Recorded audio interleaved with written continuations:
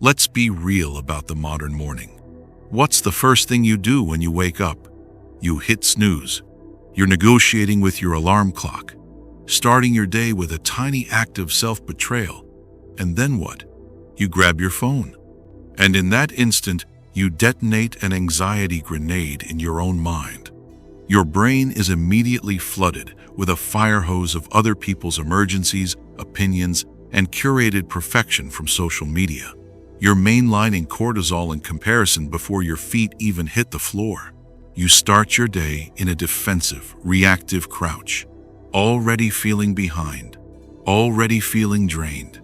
The battle for your mind, for your peace, for your entire day is lost in the first 10 minutes. The Stoics knew that a good life is not a matter of chance. It is a matter of design. And the most critical design element is the first hour of your day. They saw the morning not as a gentle ramp-up to work, but as a sacred period for arming the soul. This wasn't about productivity. It was about preparation for the psychological battlefield of human existence. What follows is a reconstruction of that routine, a protocol built from the writings of Marcus Aurelius, Seneca, and Epictetus. This is the routine for building an unshakable mind. Step 1. The first victory. Confronting the blanket. The first battle is against the warmth and comfort of your bed. The snooze button is your enemy.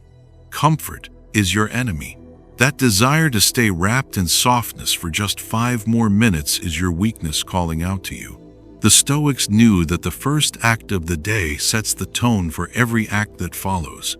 The Roman Emperor Marcus Aurelius, the most powerful man in the world, wrote about this exact struggle in his private journal, the Meditations.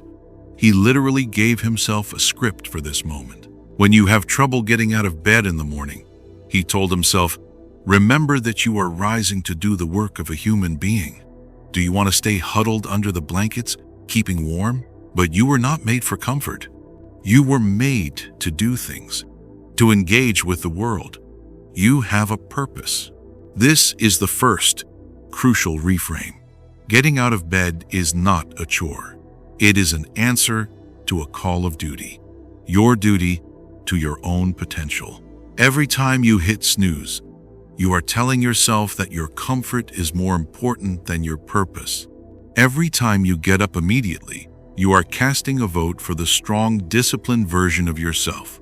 This is not about hustle culture. It is about self-respect. You told yourself you would get up at this time. Honor that commitment. It is a small promise, but your integrity is built on a foundation of these small promises you keep to yourself. So, the first step is simple, but not easy. When the alarm goes off, you get up. Immediately, you win the first battle. Step 2. The war game. Rehearsing for disaster. All right, you're up. The temptation is to immediately check your phone or turn on the news. This is a rookie mistake. You would not walk onto a battlefield without scouting the terrain and planning for ambushes. You will not enter your day without doing the same for your mind. This is the Stoic practice of premeditatio malorum, the premeditation of evils. This sounds grim, but it's the most effective anti-anxiety tool ever invented.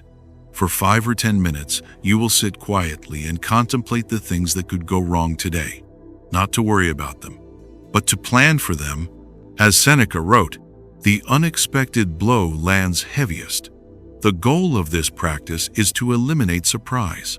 Surprise is what turns a problem into a panic. You do this calmly and rationally. You visualize your day ahead, and you anticipate the likely points of friction.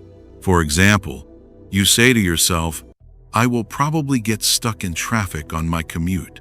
The emotional, unprepared mind will react to this with rage and frustration. The prepared mind rehearses its response. When I am in traffic, I will not get angry. That is outside my control. I will use the time to practice patience and listen to an audiobook. I will accept it. You say to yourself, a colleague at work is likely to be difficult in our meeting. The unprepared mind will take this personally and get defensive. The prepared mind rehearses. When they are difficult, I will not be dragged down to their level. I will listen for any valid points they might have, ignore the rest, and respond with calm professionalism. Their mood is their problem, not mine. You say to yourself, I will feel tired and unmotivated after work, and I will be tempted to skip my workout. The unprepared mind will give in to this feeling. The prepared mind rehearses. When I feel that temptation, I will acknowledge it, and I will not let it be my master. I will remember my larger goal. I will just put on my shoes and start. I have decided to be a person who does the hard thing. You see what you're doing? You are mentally stress testing your day. You are building immunity to the inevitable frustrations. When these things actually happen, they will not have the same power over you. Your mind will recognize the scenario and say, I was prepared for this. I know the plan. You are turning anxiety from a vague, terrifying monster into a series of manageable if-then scenarios. Step 3. The blueprint defining your character. Now that you've prepared for what the world might throw at you, it's time for the most important step. It's time to decide who you are going to be in the face of it all. This is not about your to-do list. This is about your to-be list. This is a direct instruction from Epictetus, who said, first, say to yourself what you would be, and then do what you have to do. Your character is not an accident. It is a choice, and you must remake that choice every single morning.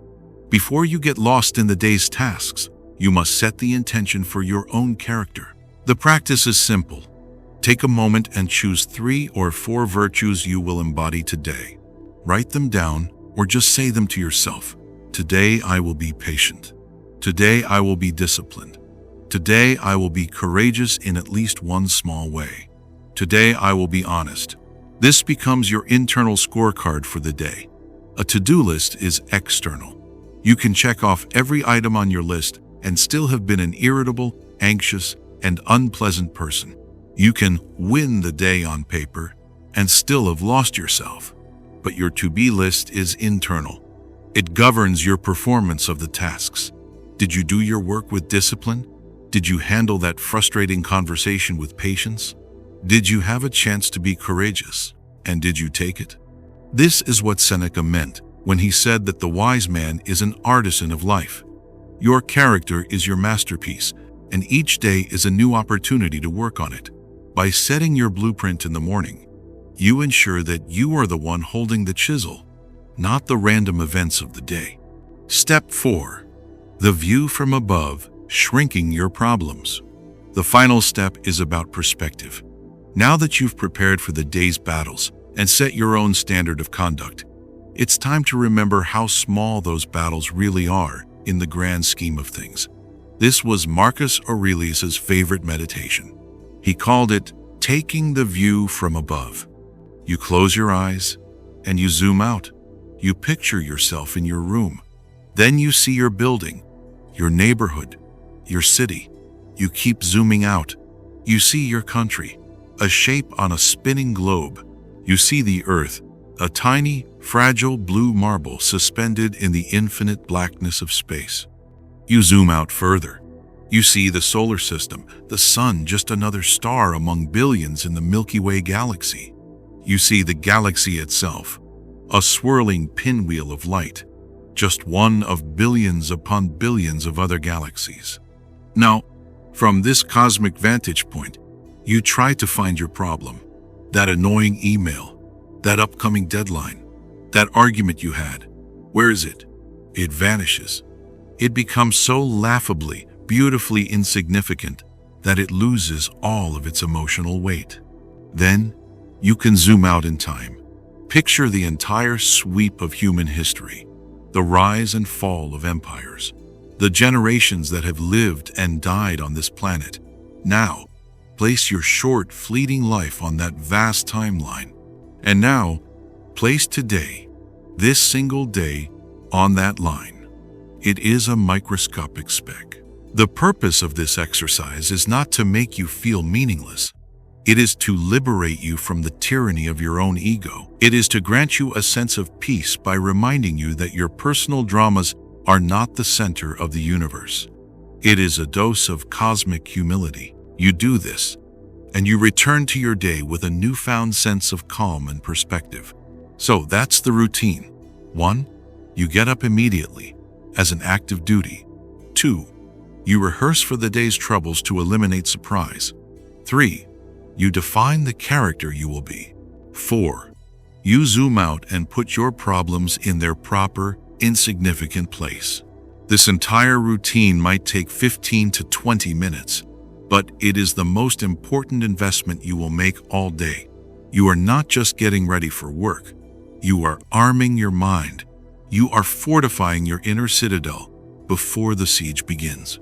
The world is chaotic. Your phone will try to hijack your morning with other people's agendas. Your lizard brain will try to flood you with anxiety. Your desire for comfort will try to keep you weak. Don't let them. The battle for your mind, the battle for your freedom, is won or lost in the first hour of the day. Win the morning. Fortify your citadel. Thank you for joining us. If this video gave you a new strategy for your morning battle, hit the like button and subscribe for more tools to build an unshakable mind. We'll see you next time.